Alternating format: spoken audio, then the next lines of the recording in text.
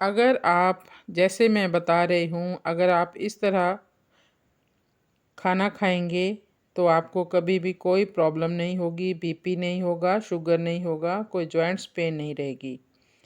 कई लोगों को आपने कहते सुना होगा कि हम तो घर का ही खाना खाते हैं, शुद्ध खाना खाते हैं और तेल भी हम अपना घर का ही निकलवा कर खाते हैं, वो भी बिल्कुल शुद्ध सरसों का तेल। ऑफिस में भी जब हम टिफ़िन लेकर जाते हैं तो वो भी शुद्ध खाना अपने घर का बना हुआ ही लेकर जाते हैं। फिर भी हमें क्यों बीमारियां घेर रही हैं? हम बीपी और शुगर से पूरे जकड़े पड़े हैं। हमारी हड्डियों में दर्द क्यों रहता है, कमर में दर्द क्यों रहता है, जॉइंट्स पेन क्यों रहती है?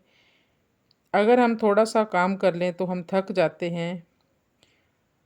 और हमने कभी बाज़ार की समोसा, फ्राइड, ऑयली चीज़ें कभी नहीं खाई, पिज़्ज़ा बर्गर से हम बहुत दूर रहे।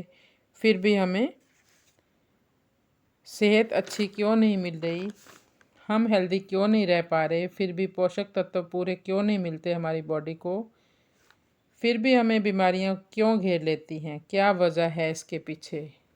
इसके पीछे बहुत बड़ा कारण है जो कि आप भी जानते हो कि आप खा क्या रहे हो। किसी से भी पूछो कि आपने ब्रेकफास्ट में क्या खाया था तो वो कहेगा कि मैंने 2 पराठे खाए थे, वो भी चाय के साथ। दोपहर में क्या खाया, क्या टिफ़िन में लेकर गए हो, तो कहेंगे कि चावल, राजमा, कढ़ी चावल, चने चावल, यही चीज़ें दोपहर में उन लोगों ने खाई हैं। और फिर शाम को क्या खाया, तो वो फिर बोलेंगे कि रोटी सब्ज़ी। तो आप घूम फिर कर दो ही चीज़ें बार बार खा रहे हो, या तो आटा खा रहे हो या चावल।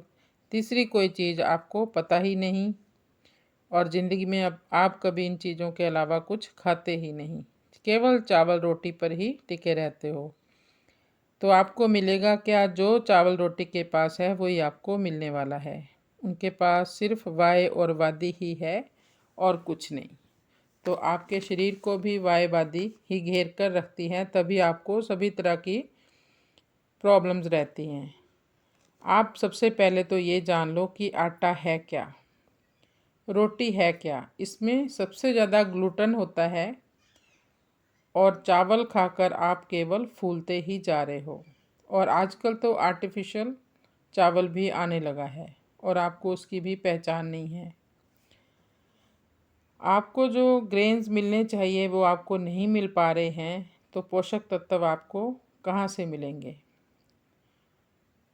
आपको नहीं मिल रही, आपको इम्यूनिटी आपकी नहीं बढ़ रही, शक्ति नहीं बढ़ रही और आपकी शक्ति शरीर की क्षीण होती जा रही है।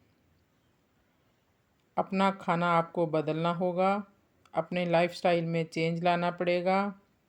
हमें अपनी ज़िंदगी में सभी तरह की रोटियां शामिल करनी पड़ेंगी, आटे शामिल करने पड़ेंगे, खाने होंगे जिसमें पोषक तत्व भी हों, न्यूट्रिशन भी आपको खूब मिले, हेल्दी खाना हो, शक्ति मिले और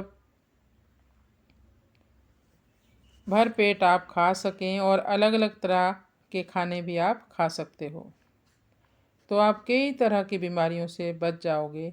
आप सबसे पहले ये कर सकते हो कि एक दिन आप गेहूं के आटे की रोटी खाएं, दूसरे दिन आप बाजरे की रोटी, फिर चने की रोटी, फिर ज्वार की रोटी, फिर टुट्टू के आटे की रोटी, फिर कांगनी की रोटी खा सकते हो, मक्की की रोटी।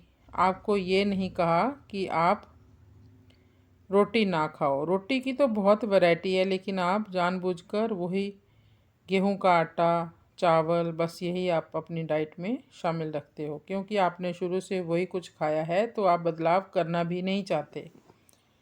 अगर आप ये भी फॉलो कर लेते हैं अपनी लाइफ में तो आपको बीपी, डायबिटीज़ ये तरह की प्रॉब्लम्स नहीं होंगी। जल्दी जल्दी आपको ये प्रॉब्लम नहीं घेर सकती। और गेहूं को तो वैसे भी हाइब्रिड कर दिया है लोगों ने, पेस्टिसाइड्स डाल डाल के उसका नाश मार रखा है। तो इसको तो कम ही अगर आप अपनी ज़िंदगी में शामिल करो तो सबसे अच्छा। एक आपका स्वाद बदल जाएगा। डेली आप नई नई चीज़ें खाओगे तो आपकी लाइफ भी कलरफुल हो जाएगी और आपको शक्ति भी मिलेगी, ज़िंदगी में जान आ जाएगी, शरीर की इम्यूनिटी बढ़ेगी, बुढ़ापा जल्दी नहीं घेर पाएगा आप लोगों को।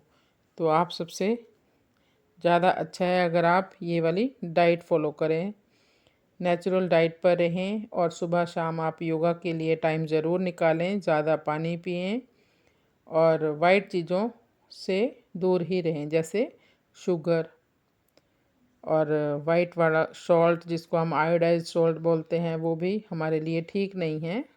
आप सेंधा नमक, समुद्री नमक का इस्तेमाल कर सकते हो। धन्यवाद।